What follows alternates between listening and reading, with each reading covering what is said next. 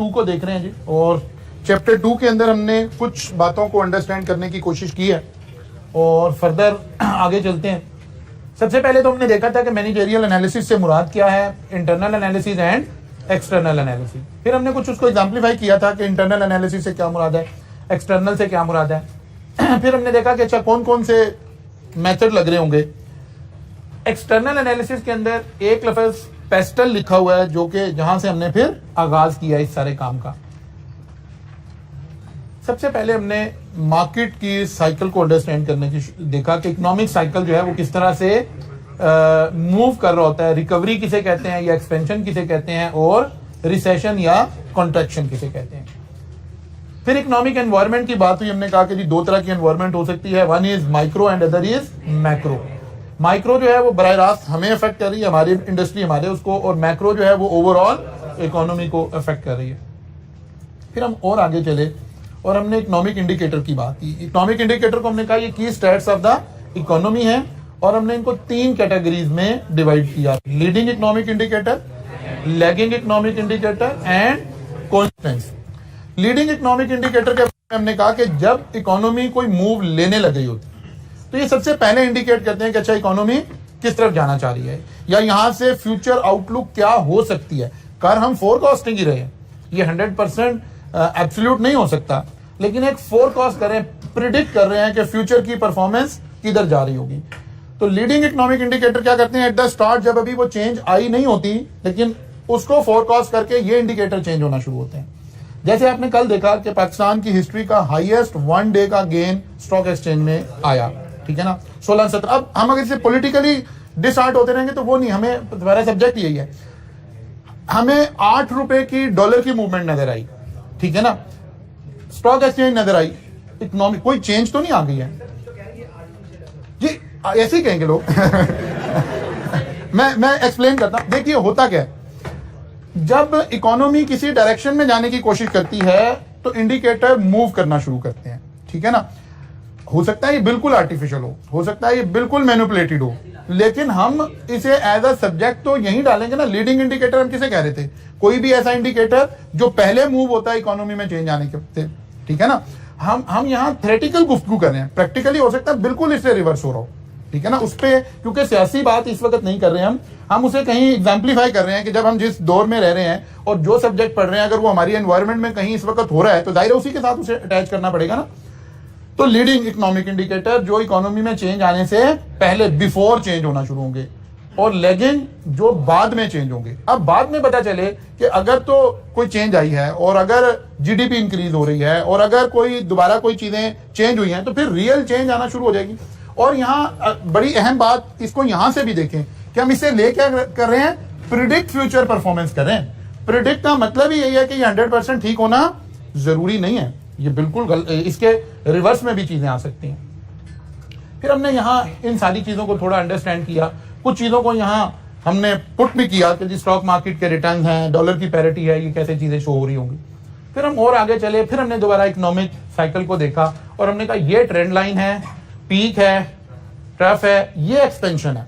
जब इकोनॉमी यहां से अपर मूवमेंट शुरू करती है तो हम इस पीरियड को, यहां से लेकर इस पीरियड को हम क्या कह रहे हैं, एक्सपेंशन कह रहे हैं। और अगर इसी तरह से यहां से जब यहां आ रही होगी तो इसको हम कॉन्ट्रैक्शन कह रहे हैं। फिर हमने कल जो बात की थी, हमने कहा कि एक थ्योरी तो ये है कि इकोनॉमी खुद मूव हो रही है, ये डिमांड एंड सप्लाई से मूव हो रही है, इसको हम चेंज नहीं कर सकते, बल्कि जो साइकिल चल रहा है वो खुद ब खुद चल रहा है। एक थ्योरी है कि नहीं, ये खुद नहीं चल रहा है, बल्कि गवर्नमेंट इंटरवीन कर सकती है। हाँ, स्लाइटली इंटरवीन कर सकती है। गवर्नमेंट ऐसा नहीं कर सकती किसी भी चीज में, इतने रिसोर्सेज गवर्नमेंट के पास नहीं हो सकते कि गवर्नमेंट इतनी बड़ी इंटरवेंशन करे। जैसे अगर फर्ज किया इस वक्त गवर्नमेंट ये चाहे कि हम डॉलर को 100 रुपीज पर ले आएंगे इंटरवीन करके, पॉसिबल नहीं है। गवर्नमेंट क्या कर सकती है, 2-3-4 रुपए डॉलर की मूवमेंट के अंदर रोल प्ले कर सकती है। किसके जरिए से, अपनी किसी मॉनेटरी पॉलिसी के जरिए से, अपनी किसी फिस्कल पॉलिसी के जरिए से। अगर ये एक्सपेंशन का पीरियड चल रहा है तो गवर्नमेंट इसको इंटरवीन कर सकती है। शायद ये यहां के बजाय थोड़ा सा ज्यादा हो जाता या थोड़ा सा काम खत्म हो जाता, लेकिन हम मेजरली इसको इंटरवीन नहीं कर पाएंगे। इतनी सख्त गवर्नमेंट के अंदर नहीं होती कि वो इस सारे को मैनिपुलेट कर सके। ये जब हम सोचते हैं ना कि सब मैनिपुलेट हो गया जी, ऐसा हरगिज नहीं हो सकता। ये इतना बड़ा साइज है इकोनॉमी का कि आप उसके अंदर इंटरवीन करके अपनी मर्जी के मुताबिक इकोनॉमी को नहीं ड्राइव कर सकते। ना डॉलर को कर सकते हैं, ना इंटरेस्ट रेट को कर सकते हैं, ना स्टॉक एक्सचेंज को कर सकते हैं। हाँ, कुछ अरसे के लिए कर सकते हैं। जैसे कल का एक डे था, आप अपने 10-20 लोगों को कहें यार आज आपने बाइंग करनी है, वो 1 दिन कर देंगे, 2 दिन कर देंगे, 3 दिन कर देंगे। अब क्योंकि आप चीजें सीख रहे हैं, तो कल की स्टॉक एक्सचेंज की न्यूज को जाकर सुने, उसको स्टॉक एक्सचेंज की वेबसाइट को पढ़ें, उसमें देखिए कि सिर्फ कल के 1 दिन की मार्केट कैपिटलाइजेशन कितने अरब रुपए की है, कितने दिन इसको मैनिपुलेट किया जा सकता है। तो फिर आपको एहसास होना शुरू होगा कि नहीं, ये बातें कुछ सियासी नारे होते हैं, कुछ अदरवाइज बातें होती हैं, रियलिटी से उसका कोई ताल्लुक नहीं होता। अगर ऐसे सब कर सकते हो या ऐसे हम मैनिपुलेट कर सकते हो सारा डाटा, तो फिर तो हम सारा डाटा अपनी फेवर में ही रखें ना। कोई भी हुक्मरान है, वो XYZ कोई भी है, जब डॉलर ऊपर जा रहा है तो जाहिर है उसको भी परेशानी आ रही है, हमारा इंपोर्ट बिल बढ़ रहा है, हमारी डेफिसिट इंक्रीज हो रहा है। तो अगर तो ये मैनेजेबल हो, इतना ही आसान हो कि बिजली के स्विच की तरह से सिर्फ बटन दबाना और लाइट ने आ जाना और लाइट ने चले जाना, फिर तो सारे कर लें। इसलिए हम कह रहे हैं कि नहीं, ये इकोनॉमिक इंडिकेटर ही असल में इकोनॉमिक इंडिकेटर है। सारी दुनिया क्यों मान रही है कि stock exchange is the barometer of economy, यही करेगा, यही लेकर चलेगा। हाँ, एज अ सब्जेक्ट भी आप ये पढ़े कि हम कहीं थोड़ा बहुत रोल प्ले कर सकते हैं। जैसे कल जब हमने उसको देखना शुरू किया, monetary policy and fiscal policy, तो फौरन हमने यही कहा कि हम स्लाइटली इनकी मदद से कोई चेंज लेकर आ सकते हैं। ऐसा नहीं हो सकता कि स्टेट बैंक जो है वो इकोनॉमी को ड्राइव करना शुरू कर दे, ये पॉसिबल नहीं होगा। अच्छा जी, हम यहां पहुंच गए थे कल। पर्सनल इनकम को हमने डिफाइन किया था 2 तरह से, डिस्पोजेबल इनकम। डिस्पोजेबल इनकम कौन सी थी? जो स्टैट्यूटरी ऑब्लिगेशन पे करने के बाद जो कुछ हमारे पास बच गया था, उसे हमने कहा था ये हमारी क्या है, डिस्पोजेबल इनकम है। फिर हमने दूसरी इनकम कही डिस्क्रिशनरी इनकम। ये क्या थी? नेसेसिटीज ऑफ लाइफ में स्पेंडिंग के बाद जो कुछ बच गया है वो हमारी डिस्क्रिशनरी इनकम है। जनरली ये इनकम कहां खर्च होगी? लग्जरीज ऑफ लाइफ पे, आपकी फन मनी है, ये से आप अपनी चीजें परचेज करेंगे, ये सब कुछ करेंगे। फिर हम और आगे चले थे, गवर्नमेंट पॉलिसीज में हमने मॉनिटरी पॉलिसी में हमने डिफाइन किया था कि मॉनिटरी पॉलिसी के तहत क्या काम हो सकते हैं। तो हमने 3 चीजें देखी थी कि नंबर 1, इंटरेस्ट रेट को चेंज किया जा सकता है, अप डाउन किया जा सकता है, लेंडिंग कैश टू बैंक, और बैंकिंग रिजर्व की जो रिक्वायरमेंट है। ये 3 टूल हैं स्टेट बैंक ऑफ पाकिस्तान के पास या दुनिया में कहीं भी सेंट्रल बैंक के पास, जिसके जरिए से वो मनी को कंट्रोल कर सकता है जो इकोनॉमी के अंदर गर्दिश कर रही है। कुछ पूछना आप?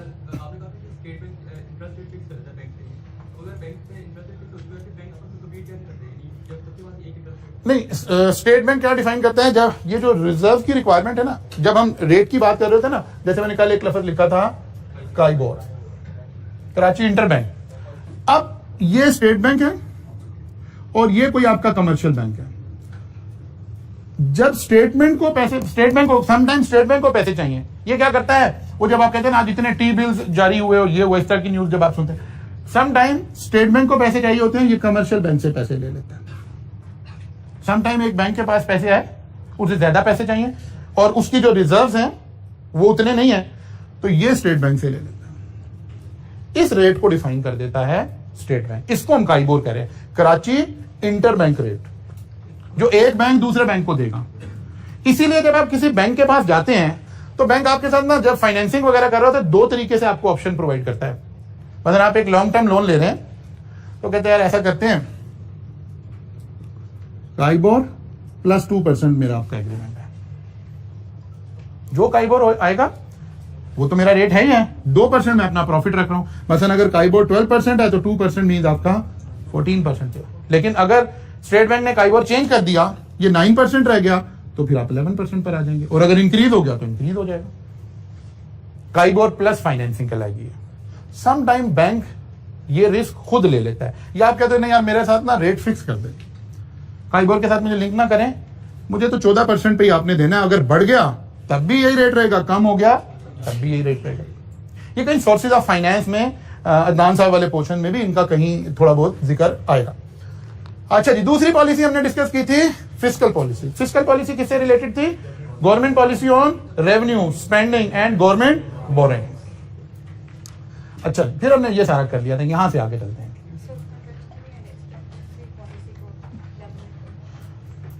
अच्छा, हम कह रहे हैं कि एक्सपेंशन पॉलिसी हम किसको कह रहे थे? एक्सपेंशन पॉलिसी हम कह रहे थे जब स्टेट बैंक इंटरेस्ट रेट को रिड्यूस कर दे, ठीक है ना, यानी इकोनॉमी के अंदर मनी सप्लाई को बढ़ा दे, ठीक है ना, इकोनॉमी में मनी सप्लाई को इंक्रीज कर दे। इंटरेस्ट रेट रिड्यूस हुआ, जो मेरे पास पैसा था, जैसे कल हम बात कर रहे थे, जो मेरे पास पैसा था मुझे लगा यार बैंक तो इतना अच्छा रेट नहीं दे रहा, कोई जरूरत नहीं है, मैं बैंक को पैसे नहीं दे रहा। अब जब पैसा मेरे पास है तो ऑब्वियसली वो स्पेंडिंग जनरेट कर रहा है। या दूसरा एंगल इसका देखने का क्या था कि मुझे बैंक से सस्ते पैसे मिल रहे हैं। मैं देख रहा हूँ यार पहले 16% पे लीजिंग होती थी, अब ये 11% पे आई है, यार ये गाड़ी ना चेंज कर ले। क्यों? मुझे फील आ रही है कि चीजें सस्ती हो रही हैं। तो सस्ती हो रही है तो डिमांड क्रिएट हो रही है, मनी सप्लाई, ये दो काम कर रही है। जैसे सेल पर आप बहुत सारी चीजें जो नहीं चाहिए वो जाकर खरीद लेते हैं। क्यों ले लिया जी? सेल लगी हुई थी। तो जैसे इंटरेस्ट रेट नीचे आया है, इसका मतलब है सेल की फीलिंग आनी शुरू हो गई हमें, तो हम उससे क्या होगा, स्पेंडिंग बढ़ेगी। इसको हम कह रहे हैं एक्सपेंशन, और इसका रिवर्सल जो है उसको क्या कह रहे थे, कॉन्ट्रैक्शन कह रहे थे। अच्छा जी, मॉनेटरी पॉलिसी को हमने कहा जी कि असल में अल्टीमेटली हमने सारे चैप्टर को नहीं, पूरे सिलेबस को जब सम अप करना है तो हमने ये 3 बातें पढ़नी है कि कोई भी पॉलिसी आई है, इस पॉलिसी से थ्रेट क्या क्रिएट हुए हैं और अपॉर्चुनिटीज क्या क्रिएट हुई है। इसका नाम है, इस पूरे बिजनेस एनालिसिस का नाम सिर्फ ये 2 बातें कि कोई एक पॉलिसी आई है, हमने उसको देखना है इससे थ्रेट क्या क्रिएट हो रहा है, किस किस सेक्टर के लिए थ्रेट क्रिएट हो रहा है। अच्छा, जरूरी नहीं है कि सबके लिए थ्रेट क्रिएट हो रहा है, कुछ के लिए वही चीज अपॉर्चुनिटीज बन रही थी। Policy I, increase in interest rate, मतलब जैसे भी कल परसों 250 बेसिक पॉइंट यानी 2.5% इंटरेस्ट रेट इंक्रीज हुआ। तो अब हमें समझना है कि इसका क्या इंपैक्ट आ रहा है, इससे थ्रेट्स क्या क्रिएट हो रहे हैं जी। बिजनेस हैव टू पे मोर इंटरेस्ट। वो तमाम इंडस्ट्री जिसने लोन ऐसे लिया हुआ था, काइबोर प्लस समथिंग, उनकी तो बोरिंग कॉस्ट इंक्रीज हो गई, ठीक है ना। ये क्या आ गया, थ्रेट आ गया। अपॉर्चुनिटीज किसके लिए हैं, government spending will increase, interest rate बढ़ा, गवर्नमेंट ने खुद बहुत सारी जगहों पर इन्वेस्टमेंट की हुई है, गवर्नमेंट को ज्यादा पैसे आएंगे उस इंटरेस्ट रेट की वजह से, गवर्नमेंट के पास पैसे ज्यादा आएंगे तो खर्च करने की सलाहियत भी ज्यादा पैदा होगी, तो गवर्नमेंट स्पेंडिंग, ये अपॉर्चुनिटी है कि अगर गवर्नमेंट ने इंटरेस्ट रेट बढ़ाया है, गवर्नमेंट की इनकम बढ़ेगी, गवर्नमेंट स्पेंडिंग ज्यादा करेगी। वो सारे लोग जो इस साइड से अटैच हैं वो खुश हो रहे थे, ये बहुत अच्छा काम हो गया। जो लोग उस साइड पे अटैच हैं उनके लिए थ्रेट क्रिएट हो रहा है।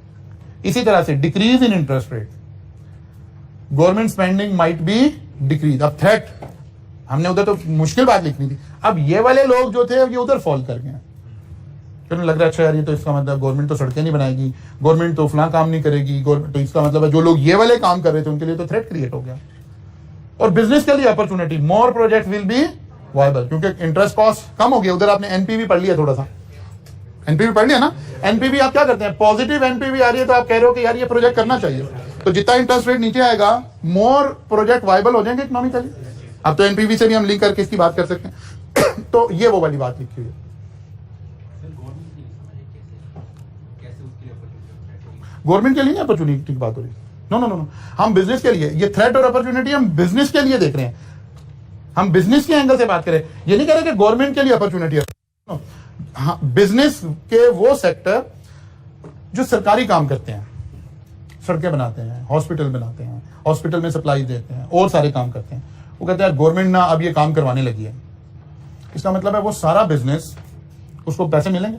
मतलब गवर्नमेंट डिसाइड करे कि यार हम प्राइमरी तालीम में जो हमारा प्राइमरी स्कूल्स का इंफ्रास्ट्रक्चर है हम इसको बेहतर करने लगे। इसका मतलब है सब स्कूलों में कोई छोटी मोटी बिल्डिंग बनेगी, कोई लैब बनेगी, कोई वॉशरूम बनेंगे, कोई पेंट होगा। अब ये सारी अलाइड इंडस्ट्री क्या हो रही होगी, खुश हो रही होगी, उसके लिए अपॉर्चुनिटी राइज होगी। ये वाली बात हो रही है। ये हम गवर्नमेंट की अपॉर्चुनिटी की बात नहीं करें, बिजनेस के साथ लिंक करके बात करें।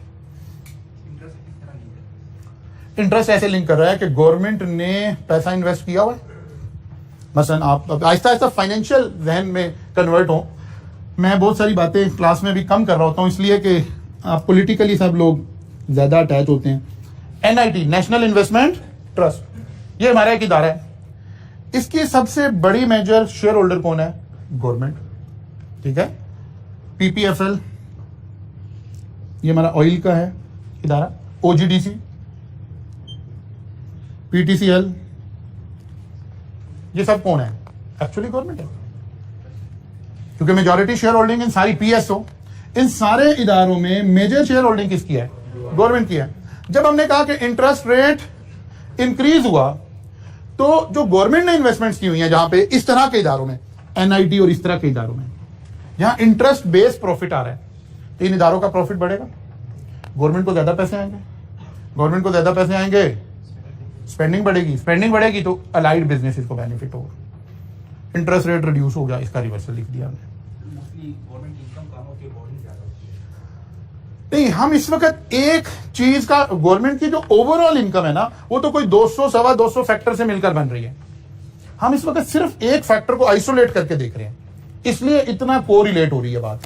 अदरवाइज गवर्नमेंट की जो इकोनॉमी के अंदर तो कोई 200 फैक्टर हैं जो मिलकर रिजल्ट देंगे, खाली किसी एक चीज से रिजल्ट नहीं आ सकता। अच्छा जी, फिस्कल पॉलिसी हम किसे कह रहे थे? Tax, revenue, spending, boring, increase in tax rate. अगर गवर्नमेंट ने टैक्स रेट बढ़ा दिया, थ्रेट्स क्या होंगे? बिजनेस हैव टू पे मोर टैक्स। मुझे आज 25% टैक्स देना पड़ रहा है, पता चले गवर्नमेंट ने 30% कर दिया है, तो मेरी इनकम में तो 5% की कमी आ गई है। तो बिजनेस के लिए तो क्या हो गया? थ्रेट क्रिएट हो गया। अपॉर्चुनिटी किसके लिए create? Government spending will increase, क्योंकि गवर्नमेंट का रेवेन्यू बढ़ेगा, इनकम बढ़ेगी, गवर्नमेंट के पास स्पेंडिंग की कैपेसिटी क्रिएट हो जाएगी। Decrease in tax rate, government ने किसी सेक्टर में सब्सिडाइज कर दिया है, कम कर दिया टैक्स, क्या होगा? Government spending might be decrease, लेकिन बिजनेस हैव टू पे लेस टैक्स। अब ये दोनों साइड आ रही है हर चीज से। फिर आ गया जी, इंक्रीज गवर्नमेंट बोरिंग। गवर्नमेंट ने बोरिंग इंक्रीज कर दी है, interest rate will increase. Demand and supply, government भी बोरो कर रही है, हम भी बोरो कर रहे हैं, पैसे की डिमांड ज्यादा है, सप्लाई कम है, तो इंटरेस्ट रेट इंक्रीज हो जाएगा ऑब्वियसली। इसे simple demand and supply phenomena से देखना है आपने। गवर्नमेंट स्पेंडिंग विल इंक्रीज, क्योंकि वही जो इंटरेस्ट की अभी हम बात करके आए थे कि अगर इंटरेस्ट रेट बढ़ेगा तो गवर्नमेंट को पैसे भी ज्यादा आने शुरू हो जाएंगे। कहां से? जहां से गवर्नमेंट ने इन्वेस्टमेंट की जी। इसकी बात दोबारा करें। हाँ, बोरिंग से कैसे इंटरेस्ट रेट इंक्रीज होगा? सिंपल इसे डिमांड एंड सप्लाई के फिनोमिना से देखिए, जब गवर्नमेंट आई और इंटरेस्ट रेट एकदम हमारे कंट्रोल से बाहर होना शुरू हुआ, ठीक है, डॉलर, पहले हम डॉलर से इस पर सीखते हैं। 101 रुपए डॉलर था, डॉलर एकदम से बढ़ना शुरू हो गया। जब डॉलर इंक्रीज हो रहा है तो इसकी बहुत सारे फैक्टर है, लेकिन अब हम एक के ऊपर फोकस करके बात करें। अगर डॉलर की डिमांड ज्यादा है और सप्लाई कम है तो रेट ऊपर जाना शुरू हो जाएगा, सिंपल डिमांड एंड सप्लाई के फिनोमिना से। अच्छा, डॉलर की डिमांड होने का क्या मतलब है? इंपोर्ट्स आपकी, ठीक है ना, आपकी इंपोर्ट्स। और सप्लाई होने का क्या मतलब है? आपकी एक्सपोर्ट्स। अब हम डॉलर अर्न कम कर रहे हैं, हमारा इंपोर्ट बिल बहुत ज्यादा है, तो जाहिर है डॉलर हर दफा शॉर्ट रहता है, डॉलर बढ़ता जा रहा है। जिस वक्त हम इसे मॉनेटरी पॉलिसी से कंट्रोल करते हैं, ठीक है ना, जिसे हम कहते हैं कि जी मैनेज कर दिया गवर्नमेंट ने, ये एक आर्टिफिशियल रेट था। उस वक्त गवर्नमेंट क्या कर रही होती है? गवर्नमेंट क्या करती थी? मसलन मुशर्रफ ने अपने दौर में डॉलर को 58 रुपीज से लेकर 60 रुपीज तक मेंटेन रखा अपने पूरे 8 साल में, ठीक है, पूरे 8 साल डॉलर 58 रुपीज था, बढ़ते बढ़ते 60 रुपए का हो जाता था, फिर वापस 58 रुपए का आ जाता था। इस 2-2.5 रुपए की मूवमेंट में 8 साल डॉलर को मेंटेन रखा। कैसे? सोचा हुआ था गवर्नमेंट ने, ये आप उधर अदनान साहब वाले पोर्शन में पढ़ेंगे, ये इकोनॉमिक्स की पॉलिसीज हैं, फाइनेंस की पॉलिसीज हैं, ये पढ़ाई जा रही हैं आपको, एज अ सब्जेक्ट पढ़ाई जा रही हैं कि सेंट्रल बैंक के पास एक ऑप्शन ये है कि वो सोच ले कि इस बैंडविड्थ में मैंने अपने डॉलर को मूव होने देना है, इससे ज्यादा मूव नहीं होने देना। जब डॉलर 60 रुपए, डिमांड बढ़ रही है, डॉलर 60 रुपए से जब ऊपर जाने लगता था ना और स्टेट बैंक को पता चलता था 61 रुपए का हो गया, स्टेट बैंक सेलर बन जाती थी डॉलर की। किसे चाहिए डॉलर? ये लोग वाया मॉनेटरी पॉलिसी रिजर्व को यूज करते थे। अब जाहिर सप्लाई क्रिएट कर देते थे आर्टिफिशियल, डॉलर वापस 57 रुपए पे लाके छोड़ देते थे। अच्छा, जैसे ही आप एक मार्केट में एक ट्रेंड बनाते हैं ना, तो थोड़ा सा साइकोलॉजिकली भी लोग पीछे हो जाते हैं। अब फिर ये आहिस्ता आहिस्ता आहिस्ता बढ़ना शुरू करता। गवर्नमेंट ने जो डॉलर सेल किए थे ना, वो वापस यहाँ बाई करना शुरू कर, वो मंकीज वाली जो मैंने एग्जांपल आपको दी थी, यहाँ बाई करना शुरू कर देते थे। अब गवर्नमेंट भी बाई कर रही है, इकोनॉमी भी बाई कर रही है, चलते चलते चलते चलते अगर ये दोबारा यहाँ पहुंचा तो फिर यही कर देते थे। अच्छा, बाद दफा सप्लाई बढ़ जाती थी डॉलर की। डॉलर अगर इससे नीचे जा रहा था, इस वक्त हमारी पॉलिसी थी हमने इससे नीचे भी नहीं जाने देना, तो गवर्नमेंट बायर बन जाती थी 58-57 पर। ऐसे वो जो हमें लगता था ना कि हम सारा रिजर्व अपना इसमें जाया कर रहे होते हैं, जाया नहीं कर रहे होते, यहाँ बिल्ड कर रहे होते हैं, यहाँ ले रहे होते हैं, यहाँ बेच रहे होते हैं, यहाँ खरीद रहे होते हैं, इकोनॉमी को वॉच कर रहे होते हैं। हाँ, अपनी पैरिटी को चेंज नहीं होने देते। अब डिपेंड करेगा जो भी गवर्नमेंट होगी वो क्या पॉलिसी रखना चाह रही है। इकोनॉमिस्ट की इस पर राय मुख्तलिफ है, आप पढ़ेंगे भी कि यार ये ठीक नहीं है, हम ये आर्टिफिशियल रख रहे हैं, बिल्कुल ठीक है, लेकिन 8 साल तक हमने जो लोन लिए वो स्टेबल रहे। सिर्फ पैरिटी चेंज, एक तो है ना, हमने पैसा लिया, पैसा लेके चलो कोई करप्शन भी की, कोई डैम बनाया, कोई सड़क बनाई, नहीं बनाई एक अलग से, पैसा तो लिया। एक आपने लिया कुछ भी नहीं है और डॉलर 190 रुपए का हो गया, अभी तो आपने कुछ भी नहीं लिया। ये जो कर्जे बढ़ गए ये कहां से देने? ये भी तो डेट्स हमारे इंक्रीज हो गए ना, डेट लिया भी नहीं है, बगैर पैसे लिए ही डेट बढ़ गया। तो दोनों राय नजर आएंगी आपको कि क्या मैनेज रखना चाहिए, क्या मैनेज नहीं रखना चाहिए। इसके ऊपर इकोनॉमिस्ट पूरी दुनिया के बटे हुए नजर आएंगे। इसका मतलब है ऐसे ही सोचना पड़ेगा जैसे बाकी जिंदगी में सोचते हैं कि कब मुझे कौन सी पॉलिसी सूट कर रही है, कब मैं कौन सी पॉलिसी लगाकर मैनेज कर पाऊंगा। आप सऊदी अरब में देखिए, आप दुबई में देखिए, पिछले 20-20 साल से डॉलर का एक ही रेट चल रहा है, एक जगह स्टेगनेंट है 20 साल से, बिकॉज उनकी ये पॉलिसी चल रही है। इकोनॉमी तो कहीं अच्छी कहीं बुरी सारी दुनिया में आ रही होगी। और ऐसे कंट्रीज भी हैं जिन्होंने डॉलर को फ्री फ्लोट किया तो बहुत ज्यादा परेशान है आज। जिम्बाब्वे की आपके पास एग्जांपल है, ये भी रिसेंटली श्रीलंका की एग्जांपल आपके सामने आ रही है। तो एक्चुअली हमें देखना है कि हम कहां खड़े हैं। ऐसे ही जब पैसे की सप्लाई बढ़ेगी तो इंटरेस्ट रेट भी चेंज होना शुरू हो जाएगा। जैसे ही पैसे की सप्लाई, अगर बोरो करने वाले लोग ज्यादा हैं, ये बिल्कुल सिंपल मार्केट के स्टाइल में सोचिए आप, सिंपल मार्केट के स्टाइल में, कि अगर आज सब्जी मंडी में किसी चीज की डिमांड ज्यादा हो गई है तो यकीनन प्राइस ऊपर चली जाएगी, और अगर सप्लाई ज्यादा हो गई है तो यकीनन प्राइस नीचे आ जाएगी। और जिस तरह गर्मी पड़नी शुरू हुई है, और 10 दिन 15 दिन धूप पड़ने दें, गर्मी होने दें, आप टमाटर का हाल देखिएगा क्या हो जाना है। बिकॉज वो सारी फसल तैयार हो जाएगी, पक जाएगी। पकने के बाद हमारे पास इतना ज्यादा वसाइल ये नहीं आया था इकोनॉमी कि हम उसे उस तरह से प्रिजर्व कर सकें, उस तरह से उसको, वो सारा मंडी में आ जाएगा, पता लगेगा 10 रुपए किलो टमाटर हो गया। यही टमाटर 250 रुपए किलो भी हो जाता है, यही 10 रुपए किलो भी हो जाता है। Demand and supply simple. जी बेटा, आप क्या पूछे?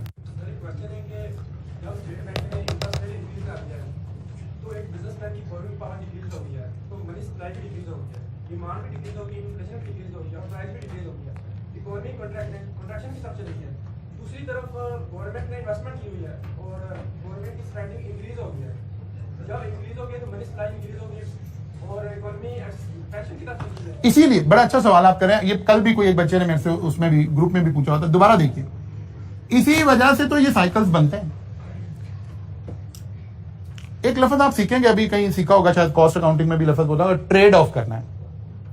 ठीक है, जब आप इन्वेंट्री होल्डिंग कॉस्ट कैलकुलेट करते थे ना, तो आप क्या करते थे? Ordering cost and holding cost को बराबर करते थे, ट्रेड ऑफ करते थे। एक्चुअली हम छोटी छोटी पॉलिसी से कहीं ट्रेड ऑफ करने की कोशिश कर रहे हैं। इसीलिए हम एक चीज को छेड़ते हैं ना, हम ये सोच के छेड़ते हैं इससे इन्फ्लेशन कम हो जाएगी। वो थोड़े से दिन कम होती है, फिर उसके अगले इफेक्ट आने शुरू होते हैं, वो वापस पता लगता है बढ़ गई है। इसीलिए तो कह रहे हैं कि कुछ इंडिकेटर लीडिंग थे और कुछ लैगिंग थे। तो ये साइकिल ही बनने हैं, वरना तो फिर हम ऐसे इकोनॉमी को मूव कर रहे हो ना, ऐसे स्ट्रेट लाइन में, ऐसे तो मूव नहीं हो सकते। मैं यही तो कह रहा हूं ना, वो सेम नहीं आ रहा, वक्त चेंज कर रहा है। जब मैंने इंटरेस्ट रेट चेंज किया, इंटरेस्ट रेट के चेंज के जो फैक्टर हैं वो अगले 10 मिनट में इकोनॉमी में आ गए। अब कुछ इफेक्ट हैं जो आफ्टर इफेक्ट के तौर पे, लैगिंग के तौर पर आने हैं। अब मैं यहां खड़ा था, मैंने इकोनॉमी को इस रास्ते पर डाला, किसी मॉनिटरी पॉलिसी या फिस्कल पॉलिसी से चेंज करके। फिर वो जो आपके ध्यान में आ रहा है कि इससे वहां फर्क पड़ेगा, इससे वहां, यस ऐसे ही होगा, लेकिन ये फर्क ट्रांसलेट होने में टाइम लगेगा। अब जब उधर वाले फर्क आने शुरू हुए तो पता चला इसके बाद ये वापस ना, ऐसे ही तो साइकिल मेंटेन होंगे, क्योंकि सारे इंपैक्ट एक वक्त जनरेट नहीं हुए। इकोनॉमी में सबसे पहले होप क्रिएट होती है, कुछ नहीं होता, सिर्फ होप क्रिएट होती है। हम अक्सर स्टॉक एक्सचेंज में टर्म यूज करते हैं कि स्टॉक मार्केट र्यूमर्स पर चलती है। जब रियलिटी आती है तो जब तक तो सब कुछ खत्म हो चुका होता है, तो होप पर चल रही होती है। इंटरेस्ट रेट चेंज हुआ, हमने फॉरेन फोरकास्टिंग की, कुछ इफेक्ट इमीडिएटली आना शुरू हो गए। कुछ इफेक्ट है, अच्छा जी इंटरेस्ट रेट कम हो गया है तो इंडस्ट्री लगेगी, अच्छा जी इंडस्ट्री लगेगी तो फिर सप्लाई बढ़ जाएगी, इसमें तो टाइम लगेगा। इसलिए साइकिल बन रहे हैं इकोनॉमी में, इसलिए एकदम से सारा कुछ नहीं हुआ। अच्छा जी आगे चलिए जी।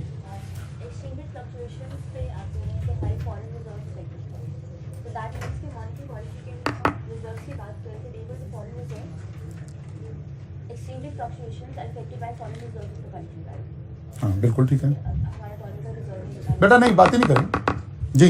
That means कि monetary policy के लिए you were saying that the third tool is changing bank reserve requirements. एक नहीं, ये जो यहाँ लिखा हो ना बैंक रिजर्व रिक्वायरमेंट, ये वो वाली हमारे जो नेशनल रिजर्व हैं, ये उनका जिक्र नहीं हो रहा। मतलब गवर्नमेंट चेंज हुई है ना, तो अब बहुत सारे लोग कोट कर रहे हैं, जो पीटीआई के सपोर्टर हैं वो कोट कर रहे हैं कि भाई इतने रिजर्व हम छोड़कर जा रहे हैं। एक तो ये वाले रिजर्व है ना, वो वाले ये वाले रिजर्व का जिक्र नहीं हो रहा। वो रिजर्व रिक्वायरमेंट है जो स्टेट बैंक ने कहा कि अगर इस कमर्शियल बैंक ने एक शख्स से 100 रुपया अकाउंट में लिया है, इन्वेस्टमेंट लिया, इसमें से कितने पैसे ये आगे लोगों को लोन दे सकता है और कितने पैसे अपने पास एज ए रिजर्व रखेगा, ताकि जब ये बंदा पैसे लेने आ जाए तो पैसे मौजूद भी तो हो ना।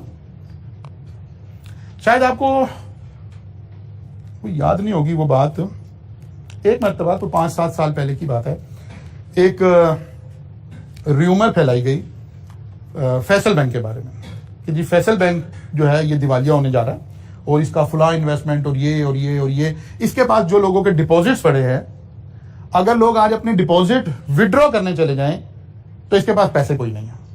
अब ये पैनिक क्रिएट हो गई। अब फैसल बैंक एक एंटिटी था, जाहिर है उसकी गुडविल के ऊपर एक बड़ा चैलेंज आ रहा था।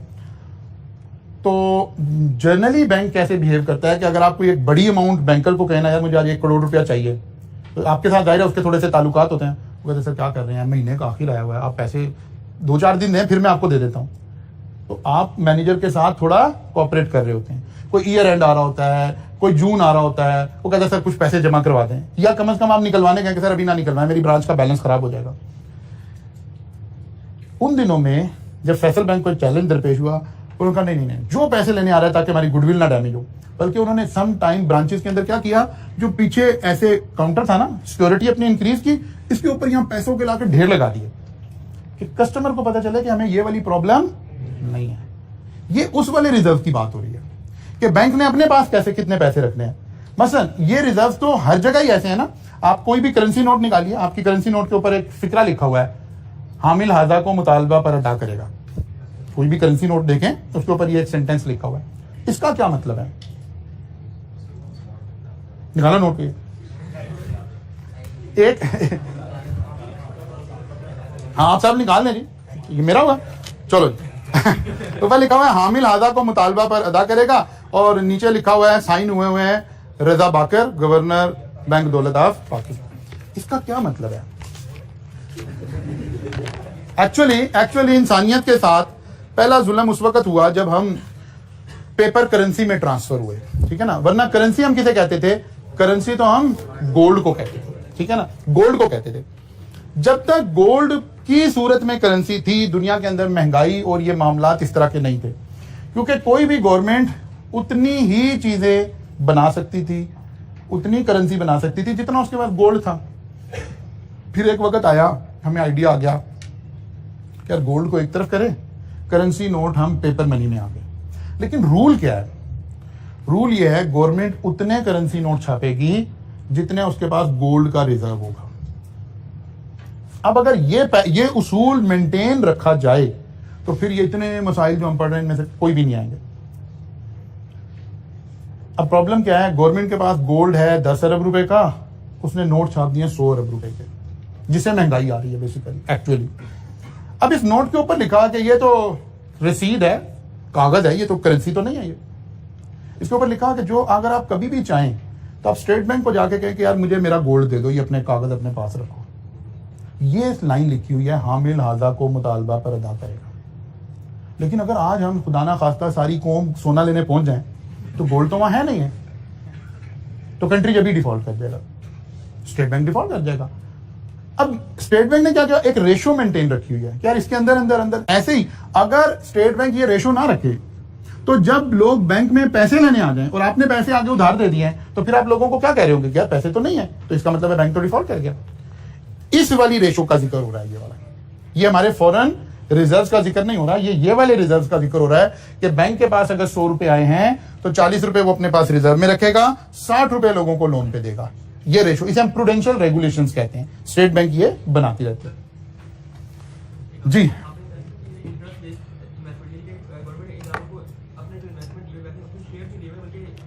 लोन दिया, वही इंक्रीज हो सकता है ना इसके साथ। अच्छा जी, decrease government borrowing, government spending might be decrease. अगर गवर्नमेंट कम उधार लेगी तो स्पेंडिंग भी रिड्यूस हो जाएंगी, इंटरेस्ट रेट विल रिड्यूस। फायदा ये होगा कि वो प्रेशर कम पड़ेगा, बोरो करने वाले लोग कम हो जाएंगे, क्योंकि सबसे बड़ा बोरोवर कौन है हमारे मुल्क में? गवर्नमेंट खुद है। तो डिमांड एंड सप्लाई की वजह से इंटरेस्ट रेट थोड़ा सा क्या हो जाएगा, नीचे चला जाएगा। अच्छा जी, interest rate consumption, change in interest rate will affect investment which ultimately affect on consumption. ये बात हम ऑलरेडी डिस्कस कर ही रहे हैं। तो कहते हैं कंजम्पशन जो है वो क्या हो जाएगी, फॉल हो जाएगी। High interest rate encourage people to save, यही इफेक्ट पड़ रहा है ना 2-3 दिन से। This would put a down pressure on consumption. जब आप पैसा इंटरेस्ट रेट बढ़ाएंगे तो लोग पैसा उठाकर इन्वेस्ट करना शुरू कर देंगे। जब इन्वेस्ट करना शुरू कर देंगे उनके खर्चने के लिए पैसे कम रह जाएंगे, एक साइड। दूसरी साइड वो लोग जो उधार लेकर खर्चना चाह रहे थे, उन्हें लगेगा नहीं पैसा बहुत महंगा हुआ है, अभी नहीं मैं ले रहा चीजें। ये दोनों साइडों से कंजम्पशन के ऊपर प्रेशर क्या होगा, रिड्यूस होगा, और कंजम्पशन हमारी थोड़ी सी नीचे होगी, जिससे इन्फ्लेशन थोड़ी सी रिड्यूस हो जाएगी। High interest rate would result in lower disposable income for those people will loan and mortgage, उनके लिए हमारा हो जाएगा। High interest rate will make it more expensive to borrow, this would reduce consumption. मुझे पहले loan मिल रहा था 10% पे, अब हो गया 15% पे, तो मैं कहूंगा बहुत महंगा रेट हो गया, रहने दो भी, ये काम नहीं करना चाहिए। कंजम्पशन वुड राइज, ये ऑलरेडी हम वही उसका रिवर्सल आ गया अब सारे का, ये ऑलरेडी हम सारे कॉन्सेप्ट डिस्कस करते हुए आ रहे हैं।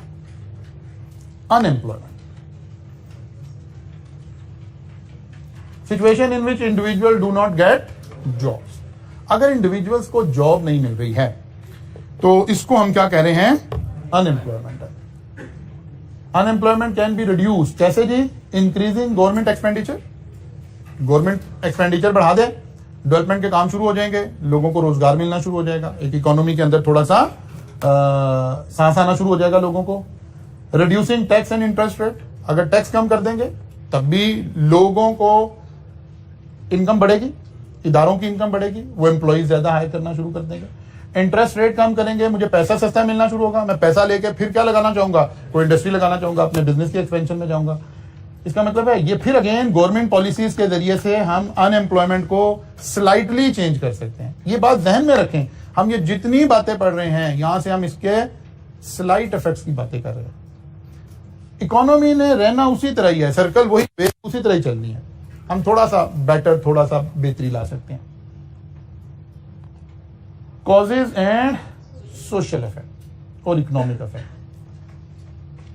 High population, recession, inflation, change in technology. वो कह रहे हैं अनएम्प्लॉयमेंट होने की रीजन क्या है, वो कहता है जी एक तो आबादी ज्यादा है, लोग ज्यादा हैं, जॉब कम है, बिजनेस कम है, आपका पॉपुलेशन का रेट ज्यादा है, ये इटसेल्फ अनएम्प्लॉयमेंट जनरेट कर रहा है। दूसरा आ गया रिसेशन। रिसेशन का क्या मतलब है, इकोनॉमी का मेल्ट डाउन होना। तो जो लोग हैं, जो बिजनेसमैन हैं, जिसे 100 बंदे रखने थे, वो कहता है 70 पे काम चलाएं, हालात बेहतर होंगे तो फिर देखेंगे। तो recession itself down sizing create करती है, और जब डाउन साइजिंग हो रही होती है तो ऑब्वियसली अनएम्प्लॉयमेंट जनरेट हो रही होगी। इन्फ्लेशन, अगर महंगाई हो गई है तो वेजेस बढ़ेंगी, वेजेस बढ़ेंगी तो कॉस्ट बढ़ेगी। अक्सर आपने सुना होगा, आपकी बात नहीं ऑफिशियली ऐसे मुझे कहनी चाहिए कि नहीं, क्लास में आपने अक्सर सुना है बच्चे कह रहे होते हैं कि हमें आर्टिकलशिप नहीं मिल रही। आर्टिकलशिप ना मिलने की एक सबसे बड़ी वजह पता है आपको क्या है, हाई कैप आप लोगों का, अगरचे वो कोई बड़ा अच्छा स्टाइपेंड नहीं है, लेकिन स्टिल फर्म्स बिलीव करती हैं कि ये स्टाइपेंड रेट भी बहुत ज्यादा, ठीक है। वो कहते हैं जी अगर आप चाहते हैं कि सारे बच्चों को आर्टिकल्स मिल जाएं तो आप फ्लैट 10,000 रुपया स्टाइपेंड करेंगे। या अब वो शू की बात है ना, कि मैं किस वक्त किस शू में बैठ के सोच रहा हूं। जब मैं फर्म में बैठ के सोच रहा हूं तो मैं कैसे सोच रहा हूं, या कोई क्वालिफाइड चार्टर्ड अकाउंटेंट वहां बैठ के कैसे सोच रहा है। वो कहता है वैसे बाय द वे, जब ये बच्चे किसी भी RAT में पढ़ रहे थे तो ये पैसे दे के पढ़ रहे थे, ठीक है। आप इस वक्त इस क्लास में पैसे दे के बैठे हुए हैं, मैं हंस हंस के दिखा रहा हूं, उसकी एक वजह ये भी है, ठीक है ना। तो उसकी एक रीजन ये भी है, तो आप पैसे दे के नॉलेज ले रहे हैं, सर्विस ले रहे हैं। इसी तरह से जब आप फर्म में आए हैं तो आप मेरे पास नॉलेज ही लेने आए हैं, बल्कि नॉलेज का वो हिस्सा लेने आए जो यहाँ कॉलेज में आपको नहीं दिया जा सकता। तो फिर मुझे भी पैसे लेने चाहिए फर्म में बैठ के। आई क्या हमें कहता है जी उल्टा आप स्टाइपेंड दें। आज आप कहें कि जनाब आप फर्म में ट्रेनिंग देंगे बच्चों से, आप अपनी अपनी ट्रेनिंग की चार्जेस लें। आप ओरेकल की ट्रेनिंग लेने जाते हैं, एक्सेल की ट्रेनिंग लेने जाते हैं, इंग्लिश स्पीकिंग की ट्रेनिंग लेने जाते हैं, मेरे पास इस वक्त आप एक सब्जेक्ट की ट्रेनिंग लेने, हम सब पैसे चार्ज कर रहे हैं। वो कहते कि यार हमें स्टूडेंट महंगा पड़ रहा है। एक फर्म जो कि 200 बच्चे रख सकती है, उसके बाद काम इतना है कि वो 200 बच्चे रख सकती है, लेकिन वो 200 बच्चों को स्टाइपेंड नहीं पे करना चाह रही, तो अनएम्प्लॉयमेंट क्रिएट हो रही है। अनएम्प्लॉयमेंट आपके सेक्टर में मैं क्या उसे लफ्ज इस्तेमाल करूं कि आपको आर्टिकलशिप नहीं मिल रही है। ऐसे ही जैसे कल हमने बगैर सोचे समझे ऐसे ही पागलों की तरह आके कह दी 25,000 रुपया जी मिनिमम वेज होगी जी। अभी तो तुम्हें अपनी तनख्वाह का नहीं पता कि तुम अभी वज़ीर-ए-आज़म लगे भी हो कि नहीं लगे हो और आते ही आपने कह दी 25,000 वेज। अब इसका इम्पैक्ट बिजनेस पे क्या आएगा? बिजनेस ने तो एक फंड देखना है ना, इतने पैसे मैंने सैलरी पे खर्च करने हैं। अब मैं फौरन को सोचूंगा कि अच्छा यार ये जो 700 एम्प्लॉय है ना, इस तरह करे, इसमें से 50 बंदे फारिग करके इसे 650 कर ले, क्योंकि इन्फ्लेशन बढ़ेगी तो अनएम्प्लॉयमेंट बढ़ेगी। और इन्फ्लेशन का मतलब यही है कि अगर मुझे मजदूर, मुझे लेबर, मुझे HR महंगा मिलना शुरू होगा तो मैं कम लोग रखने शुरू कर दूंगा। एक था आपको आते कोई 2-4 दिन आप ऐसे पहले चेक भी करते कि वाकई आप वज़ीर-ए-आज़म लग गए हैं कि नहीं लगे हैं, कोई थोड़ा सा सोचते ये बात। आपने पहली तकरीर अभी हलफ भी नहीं लिया, आपने ये भी कर दिया वो भी कर दिया, तो पता चल रहा है कहीं आप पैनिक हुए हैं। आपको भी लग रहा है कि पता नहीं कोई 2-4 घंटे की ना मिली हो हुकूमत। तो ये बगैर किसी वर्किंग के आपने आके, तो ये बात हम कह रहे हैं कॉजेज में क्या हो सकता है? हाई पॉपुलेशन, रिसेशन, इन्फ्लेशन, और एक बड़ी वजह चेंज इन टेक्नोलॉजी। जैसे कि आपने अक्सर सुना है ये बात कि जनाब CA के प्रोफेशन के बारे में आपने कई लोगों की राय सुनी कि जी पता नहीं है जी प्रोफेशन एट रिस्क हो गया है, फला हो गया है, टेक्नोलॉजी आ गई है, ऑडिट तो जनाब अब सिस्टम कर दिया करेगा, ये हो जाएगा।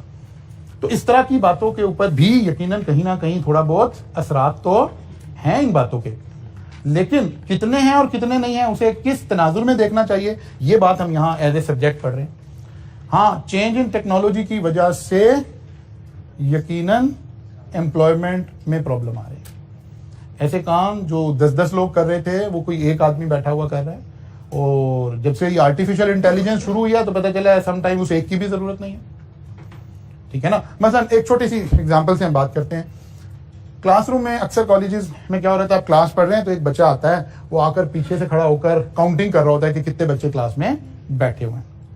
या आपने देखा कि फिल्टर लगाने के लिए कुछ बच्चे खड़े हुए हैं कि यार फीस भी तो लेनी है ना, वरना तो टीचरों ने अंदर हंस के नहीं दिखाना। ठीक है ना? तो अब ये सब क्या है? ये सब ह्यूमन रिसोर्स है जिन्हें जॉब मिली हुई है। लेकिन जैसे टेक्नोलॉजी को यूज करें, हम थोड़ा सा पैसा इन्वेस्ट करते हैं, तो इनमें से किसी आदमी की जरूरत नहीं है। यहाँ एक मशीन लगेगी, वो 1 नैनो सेकंड में आपकी अटेंडेंस लगा देगी सारों की। किसी बंदे की जरूरत नहीं है। आप गेट पर लाएं, इक्विपमेंट लगाएं, जिस बच्चे की फीस क्लियर है उसके लिए दरवाजा खुल रहा है, जिसकी नहीं क्लियर है, और वहां भी किसी बंदे की जरूरत नहीं है। तो टेक्नोलॉजी में चेंज आने की वजह से जो इंडस्ट्री अपग्रेड हो रही है, वहां पर जाहिर है ह्यूमन रिसोर्स कम चाहिए। ATM मशीन आ गई जी। ATM मशीन ने क्या किया? हो सकता है जिस तरह का एनवायरनमेंट चेंज हो रहा था, बैंक को पता चलता, कभी अगर हम कोई 15 साल पुरानी बात करें ना, तो बैंकिंग का टाइम होता था 1:30 बजे तक। आपने कैश लेना है, कैश देना है, 1:30 बजे बैंक बंद हो जाता था। कंपटीशन, एनवायरनमेंट डायनामिक हुई, पता चला बैंकों को टाइम बढ़ा के 5 बजे तक जाना पड़ गया। अब 5 बजे से बैंक आगे नहीं जा रहे, बिकॉज टेक्नोलॉजिकल चेंज आ गई थी। वरना अगर ये ATM मशीन ना आई होती तो जो जितना डायनामिक एनवायरनमेंट हो गया है, बैंक को इस वक्त 24 आवर सर्विस देनी पड़ रही होती। लेकिन बैंक ने कहा नहीं जनाब, हमें ह्यूमन रिसोर्स नहीं चाहिए, सर्विस हम 24 आवर दे रहे हैं। ये लगी हुई है ATM मशीन, आपकी ऐप है, आप इससे कीजिए बैंकिंग। अब अगर ये टेक्नोलॉजी ना आती तो जितना बैंकिंग में स्टाफ है इससे 3 गुना होता है, क्योंकि आपको 3 शिफ्टें चलानी पड़ रही होती। तो चेंज इन टेक्नोलॉजी भी एम्प्लॉयमेंट को या जनरेट कर रही है या खत्म कर रही है, और ज्यादातर टेक्नोलॉजी क्या कर रही है? खत्म कर, अनएम्प्लॉयमेंट क्रिएट कर रही है। इकोनॉमिक इफेक्ट्स क्या आ रहे हैं? वेस्टेज ऑफ ह्यूमन रिसोर्स, लोग फारिग बैठे हैं, एक बंदे के पास टैलेंट है, हुनर है, लेकिन जॉब नहीं मिल रही है, तो जाहिर है वेस्टेज ऑफ ह्यूमन रिसोर्स हो रहा है। लो इनकम हो रही है, घर में 5 आदमी काम कर सकते थे, 2 को जॉब मिली है, 3 नहीं कर रहे हैं, तो इस हाउस होल्ड की इनकम बढ़ सकती थी लेकिन कम हो रही है। लो सेविंग हो रही है, लो लिविंग स्टैंडर्ड्स हो रहे हैं। आप देखते हैं आपके मुल्क के अंदर ही कितने लोग हैं जो बहुत सारी डिजीजेज में, बहुत सारी बीमारियों में सिर्फ इसलिए बेचारे मुब्तला हैं कि वो बॉटल वाटर यूज नहीं कर सकते, वो टैप वाटर यूज कर रहे हैं आज के इस दौर में, और वो बहुत सारी बीमारियों का बेचारे शिकार हो रहे हैं। तो लो लिविंग स्टैंडर्ड से मुराद ये वाले इफेक्ट आ रहे हैं। सोशल इफेक्ट्स क्या आ रहे हैं? वो कहते हैं जी जैसे क्लास कॉन्फ्लिक्ट राइज हो रहा है, अमीर अमीर होता जा रहा है और गरीब गरीब होता जा रहा है, इसको हम कह रहे हैं क्लास कॉन्फ्लिक्ट राइज होना। ये जैसे ही अनएम्प्लॉयमेंट होगी ये और बढ़ेगा, ठीक है ना। जिसके पास मेजर एक दफा पैसा है उसको इतना ज्यादा इफेक्ट नहीं होता। सोशल अनरेस्ट क्रिएट होगा, मॉरल एंड इलीगल एक्टिविटीज शुरू होंगी। जब किसी को जॉब नहीं मिल रही है और उसके घर में कोई बीमार है और कोई मुसीबत है तो एक स्टेज आती है, फिर उसका सब कुछ जायज लगना शुरू हो जाता है। फिर वो समझता है यार अगर किसी के हाथ में मोबाइल है तो मैं स्नैच कर लूं तो इससे कोई फर्क नहीं पड़ रहा, मेरा राइट है।